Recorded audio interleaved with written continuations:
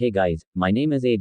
In this Python 3.7 tutorial video I'm gonna be breaking down Python step by step and explaining you everything you need to know about Python programming. In this free Python course, we will start from beginner's level to advanced level of Python. After watching this Python programming tutorial, you will get an advanced level idea of how Python works and how to get most out of your Python programs. If you join this course, I want you to like this video and don't forget to subscribe my YouTube channel Programming with AD. Python intro. What is Python?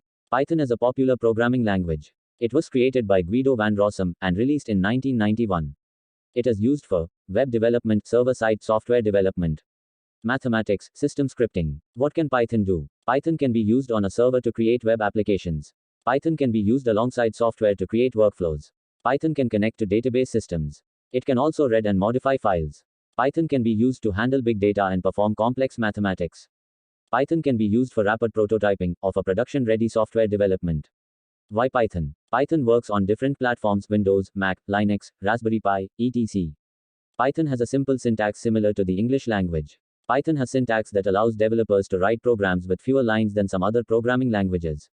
Python runs on an interpreter system, meaning that code can be executed as soon as it is written. This means that prototyping can be very quick. Python can be treated in a procedural way, an object-oriented way, or a functional way. Good to know the most recent major version of Python is Python 3, which we shall be using in this tutorial. However, Python 2, although not being updated with anything other than security updates, is still quite popular.